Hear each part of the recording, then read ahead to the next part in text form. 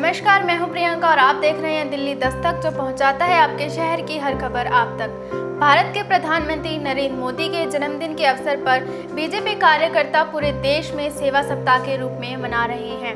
इस वक्त हम आपको तस्वीरें दिखा रहे हैं दिल्ली आरके पुरम स्थित कुष्ठ रोगी कैंप की, जहां आप देख सकते हैं बीजेपी पूर्व विधायक अनिल शर्मा के नेतृत्व में आज रक्तदान शिविर के साथ साथ वृक्षारोपण, राशन वितरण के कार्यक्रम का आयोजन किया गया। इस शुभ अवसर पर बीजेपी सांसद स्मृति ईरानी व बीजेपी नेता श्याम जाजू के साथ अन्य कार्यकर्ता भी शामिल हुए।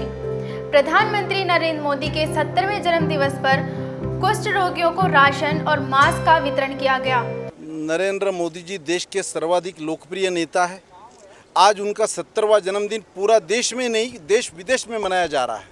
कल हमने 70 देशों के एमिनेंट पर्सनैलिटी ने उनको जो सदिच्छा दी, उसकी एक वीडियो क्लिप लॉन्च की है। अभी मैं 100 लोगों ने जो राइटअप लिखे हैं, ऐसे लोग लता मंगेशकर, आशा भोसले, सुनील गावस्कर, ऐसे लोग जिन्होंने लाइफ में एक बार भी राइटअप नहीं लिखा था, उन्होंने मोदी जी के बारे में राइटअप लिखा है। पूरा समाज इनका स्वागत कर रहा है। बड़े दुर्दैव की बात है कि आज कांग्रेस पार्टी ने उनके अवहेलना करके, हल्के शब्दों का प्रयोग करके मोदी जी का अपमान करने की कोशिश की है। पूरे देश ने कांग्रेस पार्टी को नकारा है। भारतीय जनता पार्टी ने उनका जन्मदिन सेवा सप्ताह के रूप में मना रहे। यहाँ पर हमने वृक्षारोपण किया है, लोगों को हम राशन वितरण कर रहे, जब बहुत से जगह पे काढ़ा वितरण, मास्क वितरण, फलों का वितरण किया है। सीनियर सिटीजन्स का हम सम्मान कर रहे हैं। अलग अलग प्रकार से ब्लड डोनेशन के कैंप आयोजित किए हैं। अलग अलग प्रकार से हम ये सेवा सप्ताह के रूप में मना रहे हैं। मोदी जी ने ये कहा है, केवल होर्डिंग लगाकर, केवल नारे देकर और केवल एडवर्टीजमेंट छपकर मेरा जन्मदिन नहीं मनाया जाएगा, वो सेवा सप्ताह के रूप में मनाया जाएगा। ऐसे कार्यक्रमों से लोगों को प्रेरणा मिलती है, संकेतों से लोग सीखते हैं और सब लोगों का ये दायित्व बनता है कि अपना अपना एरिया साफ रखें। पॉलिटिकल पार्टी के नेताओं को लोग ज़्यादा फॉलो करते हैं, इस प्रसंगों का हम उपयोग करके लोगों का प्रशिक्षण भी करते हैं। हमारे कार्यकर्ता अपना हाथ भी जुटाते हैं। देश की प्रमुख विपक्षी पार्टी हर विषय में राजनीति करती है। आज मोदी जी के जन्मदिन पूरा देश मना रहा है। बीजेपी छोड़कर अलग अलग एनजीओज उसको अप्रिशिएट कर रही है। मोदी जी के कार्य को, कर्तृत्व को, नेतृत्व को किसी के सर्टिफिकेट की आवश्यकता नहीं है। कांग्रेस पार्टी ने जो हल्के शब्दों का प्रयोग किया है, इसका पूरा देश निषेध कर रहा है। हमने आज सेवा सप्ताह में 17 तारीख का दिन जो जन्मदिन है देश के माननीय प्रधानमंत्री नरेंद्र मोदी साहब का, आज हमने यहाँ पर कुष्ठ आश्रम में गरीबों को कच्चा राशन दिया है, उनको बाल्टियाँ दी हैं, मेडिकल चेकअप कैंप लगाया है और ब्लड डोनेशन कैंप लगाया है और वृक्षारोपण किया है। हमने आज 4 कार्यक्रम यहाँ रखे और हमारे लिए बड़ी खुशी की बात है।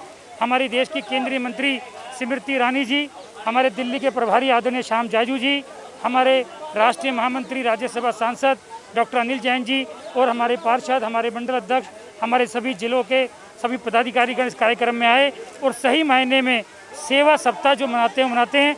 मैं धन्यवाद करना चाहता हूँ कृष्णा फाउंडेशन का, हमारे नेस्टिवा हॉस्पिटल का, हमारे CPR इंडिया का, जिन्होंने हमें सहयोग किया।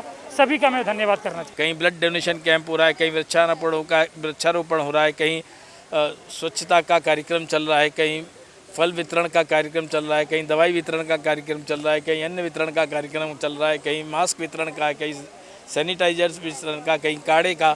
तमाम प्रकार से लोगों ने जनता के बीच में सेवा के माध्यम से माननीय मोदी जी को शुभकामनाएं और शुभेच्छा दी है। ये एक अभिनव कार्यक्रम, क्योंकि मोदी जी खुद अपने आप को प्रधान सेवक कहलाते हैं, तो सेवा उनके दिल के करीब है और जो सबसे दिल के करीब है, उनके जन्मदिन पर हम सब कार्यकर्ता वही चीज़ करना चाहते हैं जिससे वो भी प्रसन्न रहें और भगवान भी प्रसन्न रहे, क्योंकि जनता के रूप में ही जनार्दन है। जनार्दन प्रसन्न रहेंगे तो हमारे नेता लंबी आयु प्राप्त करेंगे, स्वस्थ रहेंगे और हम सबका इसी तरह से नेतृत्व करते रहेंगे, देश का, दुनिया का और भारत को विश्व गुरु के स्थान पर पहुंचाएंगे। ऐसी शुभकामनाएं। सेवा सप्ताह के दौरान लगातार बीजेपी कार्यकर्ताओं द्वारा ऐसे ही कार्यक्रम चलते रहेंगे। ऐसी ही तमाम खबरें देखने के लिए बने रहिए दिल्ली दस्तक के साथ। धन्यवाद।